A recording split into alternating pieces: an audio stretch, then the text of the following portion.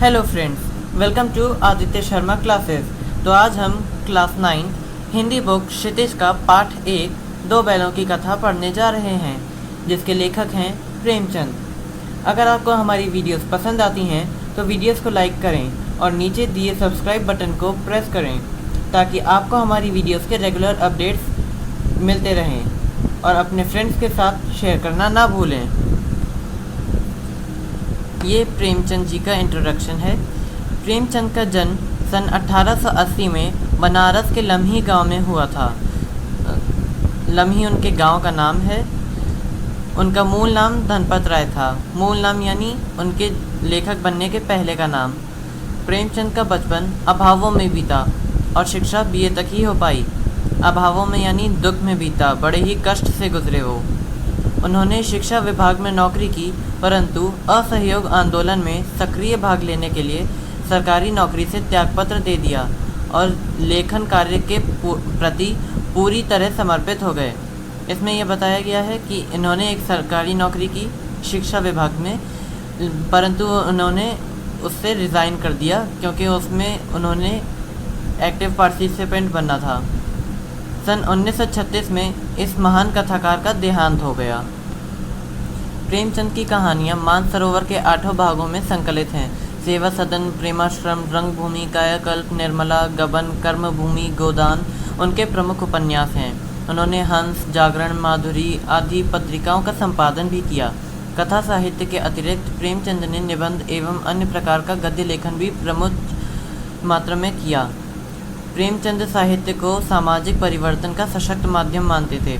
उन्होंने जिस गांव और शहर के परिवेश को देखा और जिया, उसकी अभिव्यक्ति उनके कथा साहित्य में मिलती है। किसानों और मजदूरों की दयनीय स्थिति, दलितों का शोषण, समाज में स्त्री की दुर्दशा और स्वाधीनता आंदोलन आदि उनकी रचनाओं के मूल विषय हैं। प्रेमचंद के कथा साहित्य का संसार बहुत व्यापक है। उसमें मनुष्य ही नहीं, पशु पक्षी को भी अद्भुत आत्मीयता मिली है। बड़ी से बड़ी बात को सरल भाषा में सीधे और संक्षेप में कहना प्रेमचंद के लेखन की प्रमुख विशेषता है। उनकी भाषा सरल, सजीव एवं मुहावरेदार है तथा उन्होंने लोक प्रचलित शब्दों का प्रयोग कुशलतापूर्वक किया है। यहाँ तक लेखक का इंट्रोडक्शन था। अब ये चैप्टर का इंट्रोडक्शन।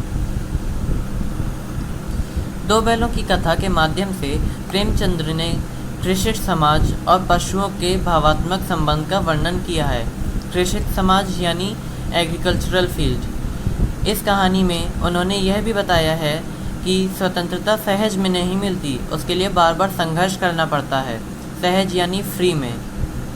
इस प्रकार परोक्ष रूप से यह कहानी आज़ादी के आंदोलन की भावना से जुड़ी है। इसके साथ ही इस कहानी में प्रेमचंद ने पंचतंत्र और हितोपदेश की कथा परंपरा का उपयोग और विकास किया है। ये था चैप्टर का इंट्रोडक्शन। इसमें यही बताया गया है कि ये चैप्टर आज़ादी के आंदोलन की भावना से जुड़ा है और ये इसके मूल विषय हैं। तो आइए पाठ शुरू करते हैं। जानवरों में गधा सबसे ज़्यादा बुद्धिहीन समझा जाता है। हम जब किसी आदमी को परले दर्जे का बेवकूफ़ कहना चाहते हैं तो उसे गधा कह देते हैं। गधा सचमुच में बेवकूफ़ है या उसके सीधेपन, उसकी निरापद सहिष्णुता ने उसे यह पदवी दे दी है, इसका निश्चय नहीं किया जा सकता। गायें सींग मारती हैं। ब्याही हुई गाय तो अनायास ही सिंघनी का रूप धारण कर लेती हैं। कुत्ता भी बहुत गरीब जानवर है, लेकिन कभी कभी उससे क्रोध आ ही जाता है, किंतु गधे को कभी क्रोध करते नहीं सुना, ना देखा। अभी तक इसमें यह बताया गया है कि इन जानवरों में गधे को हम लोग सबसे ज़्यादा बेवकूफ़ समझते हैं, परंतु ऐसा है नहीं। अब यहाँ बोले हैं कि गधा सचमुच में बेवकूफ़ है या उसके सीधेपन, उसकी निरापद सहिष्णुता यानी उसकी सहनशीलता ने उसे यह पदवी दे दी, यानी उसको यह जगह दे दी है। अब ये इसका कोई डिसाइड तो कर नहीं सकता। गायें सींग मारती हैं। ब्याही हुई गाय तो अनायास ही सिंघनी का रूप धारण कर लेती है, यानी जिस गाय ने अभी अभी एक बछड़े को जन्म दिया है वो तो बहुत ही गुस्से वाली हो जाती है। कुत्ता भी बहुत गरीब जानवर है। गरीब जानवर यानी इसका मतलब ये नहीं कि उसके पास धन दौलत नहीं, बल्कि यहाँ पर उसको बहुत छोटा जानवर, कोई तुच्छ जानवर बताया गया है। लेकिन कभी कभी उसे भी क्रोध आ ही जाता है, जैसे आप उसको परेशान करेंगे तो वो तो आप पर गुस्सा करेगा ही। किंतु गधे को कभी क्रोध करते नहीं सुना ना देखा। अब लेखक बता रहे हैं कि गधे को तो कभी नहीं देखा कि वो हंस रहा है, या फिर क्रोध करते हुए भी नहीं देखा उसे। जितना चाहो गरीब को मारो, जैसी खराब सड़ी हुई घास सामने डाल दो, उसके चेहरे पर कभी असंतोष की छाया भी नहीं दिखाई देगी। वैशाख में यानी बारिश के मौसम में चाहे एक आध बार कुलैल कर लेता हो, पर हमने तो उसे कभी खुश होते नहीं देखा। उसके चेहरे पर एक विषाद स्थायी रूप से छाया रहता है। सुख दुख हानि लाभ किसी भी दिशा में उसे बदलते नहीं देखा। ऋषियों मुनियों में जितने गुण हैं वे सभी उसमें पराकाष्ठा को पहुंच गए हैं, यानी कूट कूट कर भरे हैं, पर आदमी उसे बेवकूफ़ कहता है। सद्गुणों का इतना अनादर कहीं नहीं देखा। कदाचित सीधेपन संसार के लिए उपयुक्त नहीं है। देखिए ना, भारतवासियों की अफ्रीका में क्या दुर्दशा हो रही है। क्यों अमेरिका में उन्हें घुसने नहीं दिया जाता? बेचारे शराब नहीं पीते, 4 पैसे कुछ समय के लिए बचा कर रखते हैं, यानी कुछ समय के लिए बचा कर रखते हैं, जी तोड़कर काम करते हैं, किसी से लड़ाई झगड़ा नहीं करते, 4 बातें सुनकर गम खा जाते हैं, फिर भी बदनाम हैं। कहा जाता है वे जीवन के आदर्श को नीचा करते हैं। अगर वे भी ईंट का जवाब पत्थर से देना सीख जाते तो शायद सभ्य कहलाने लगते। सभ्य यानी डिसेंट। जापान की मिसाल सामने है। एक ही विजय ने उसे संसार की सभ्य जातियों में गण्य बना दिया। गण्य बना दिया यानी योग्य बना दिया। लेकिन गधे का एक छोटा भाई और भी है जो उससे कम ही गधा है, यानी उससे कम ही बेवकूफ़ है, और वह है बैल। जिस अर्थ में हम गधे का प्रयोग करते हैं, कुछ उसी से मिलते जुलते अर्थ में बछिया के ताऊ का भी प्रयोग करते हैं। कुछ लोग बैल को शायद बेवकूफ़ों में सर्वश्रेष्ठ कहेंगे, मगर हमारा विचार ऐसा नहीं है। बैल कभी कभी मारता भी है, कभी कभी अड़ियल बैल भी देखने में आता है, और भी कई रीतियों से अपना असंतोष प्रकट कर देता है। अतएव उसका स्थान गधे से नीचा है। नीचा कैसे है कि वो अपना एंगर को दिखाता है, मतलब दूसरे लोगों को दिखाता है कि मतलब उसके अंदर कितनी एंगर है, यानी कितनी भड़ास भरी हुई है उसके मन में दूसरे लोग के लिए।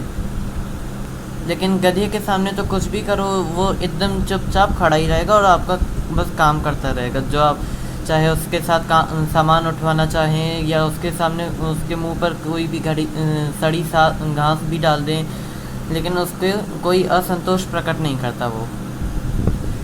झूरी काछी के दोनों बैलों के नाम थे हीरा और मोती। झूरी काछी एक किसान का नाम है और हीरा और मोती दोनों बैलों के नाम। दोनों पछाई जात के थे, देखने में सुंदर, काम में चौकस, डील में ऊंचे। पछाई एक नस्ल होती है। बहुत दिनों साथ रहते रहते दोनों में भाईचारा हो गया था। दोनों यानी दोनों बैलों में। दोनों आमने सामने या आसपास बैठे हुए एक दूसरे को मूक भाषा में विचार विनिमय करते थे, यानी वार्तालाप करते थे। एक दूसरे के मन की बात कैसे समझ जाता था हम नहीं कह सकते।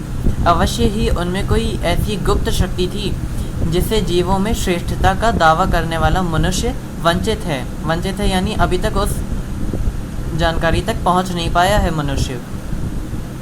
दोनों एक दूसरे को चाट कर और सूंघ कर अपना प्रेम प्रकट करते।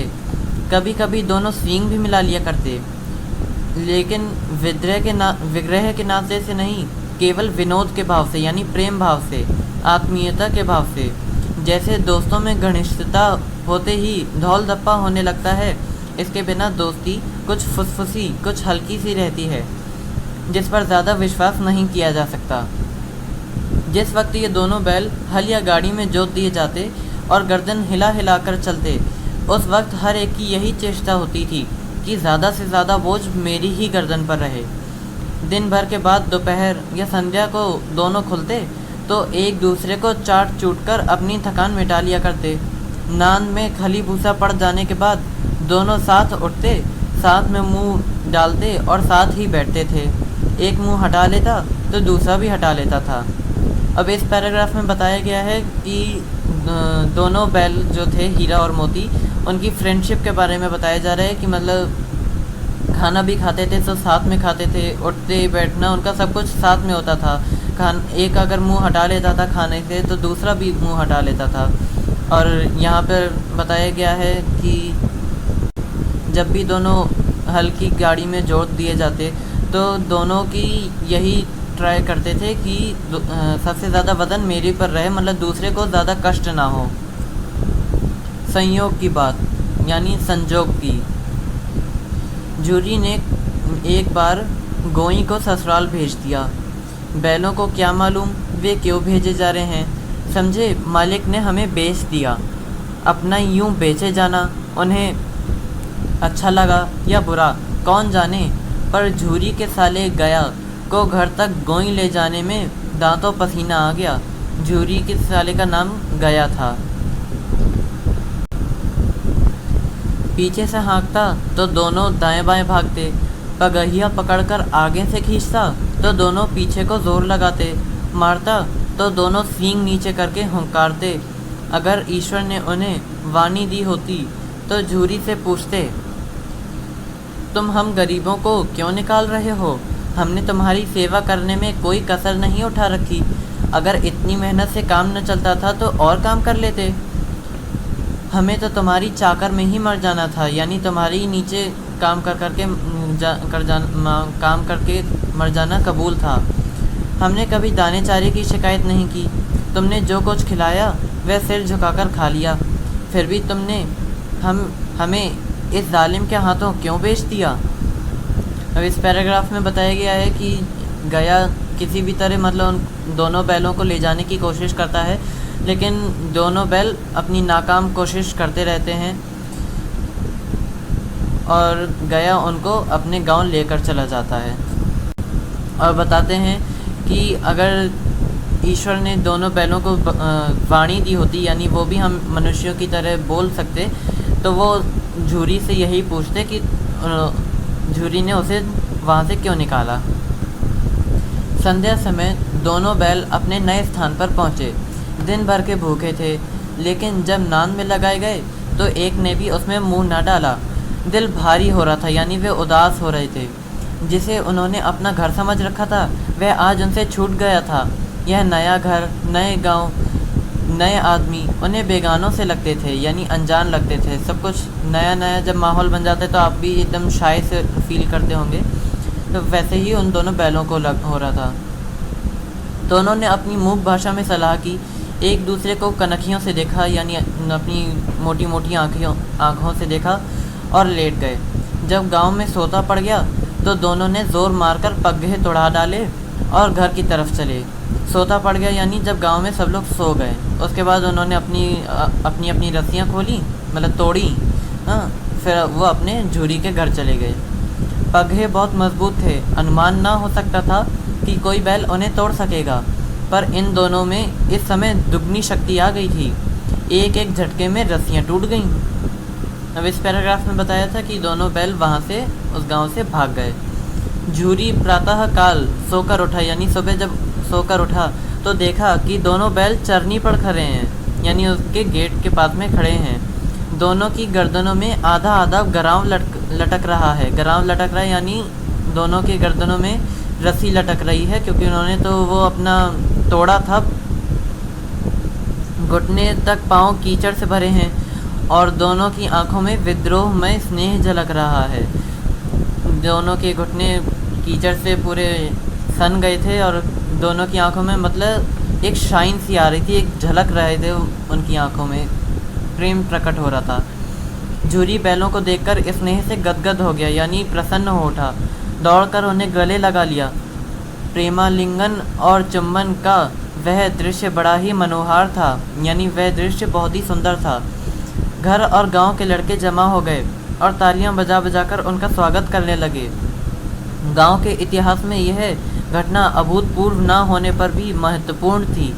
बाल सभा ने निश्चय किया, दोनों पशु वीरों को अभिनंदन पत्र देना चाहिए। कोई अपने घर से रोटियां लाया, कोई गुड़, कोई चोकर, कोई भूसी। इस पैराग्राफ में बताया गया है कि सारे गांव के लोग जमा हो गए और फिर उन्होंने तालियां बजाकर उनका स्वागत किया। फिर उन्होंने सोचा कि ऐसा तो यहाँ पर पहली बार हुआ है, तो इन दोनों बैलों को कुछ ना कुछ देना चाहिए। तो कोई रोटियाँ लाया, कोई गुड़ लाया, कोई उनके लिए चोकर लाया, खली भूसा, उनके खाने पीने का सामान लेकर आए। एक बालक ने कहा, ऐसे बैल किसी के पास ना होंगे। दूसरे ने समर्थन किया, किसी इतनी दूर से दोनों अकेले चले आए। तीसरा बोला, बैल नहीं है वे, उस जन्म के आदमी हैं। उस जन्म के आदमी यानी ये पिछले जन्म के इनकी तरफ को संकेत दे रहे हैं। इसका प्रतिवाद करने का किसी को साहस ना हुआ। झूरी की स्त्री यानी झूरी की पत्नी ने बैलों को द्वार पर देखा तो जल उठी। बोले, कैसे नमक हराम है, एक दिन वहाँ काम ना किया, भाग खड़े हुए। झूरी अपने बैलों पर यह आक्षेप न सुन सका, आक्षेप यानी आरोप न सुन सका। नमक हराम क्यों है, चारा दाना ना दिया होगा तो क्या करते। स्त्री ने रौब के साथ साथ कहा, बस तुम ही तो बैलों को खिलाना जानते हो, और तो सब पानी पिला पिला कर रखते हैं। झूरी ने चढ़ाया, चारा मिलता तो क्यों भागते। स्त्री चिड़ी, भागे इसलिए कि वे लोग तुम जैसे बुद्धुओं की तरह बैलों को सहलाते नहीं, खिलाते हैं तो रगड़ कर जोतते भी हैं। ये दोनों ठहरे कामचोर भाग निकले। अब देखूं कहाँ से खली और चोकर मिलता है, सूखे भूसे के सिवा कुछ न दूंगी, खाएं चाहे मरें। अब ये सब झूरी की पत्नी ये इसलिए बोलती क्योंकि अब उसकी बात तो उसके मायके पर आ गई थी कि मतलब वहाँ उसके यहाँ से खाना नहीं मिला उसको, तो इस वजह से भागे, तो इस वजह से वो चिढ़ गई और उसने कहा कि इन दोनों बैलों को सूखे भूसे के अलावा कुछ नहीं मिलेगा। वही हुआ, मजदूर को कड़ी ताकीद कर दी गई कि बैलों को खाली सूखा भूसा दिया जाए। यहाँ पर बताएं कि झूरी की पत्नी ने मजदूर को एकदम कड़ी मतलब स्ट्रिक्ट ऑर्डर सा दे दिया कि दोनों बैलों को एकदम खाली सूखा भूसा दिया जाएगा।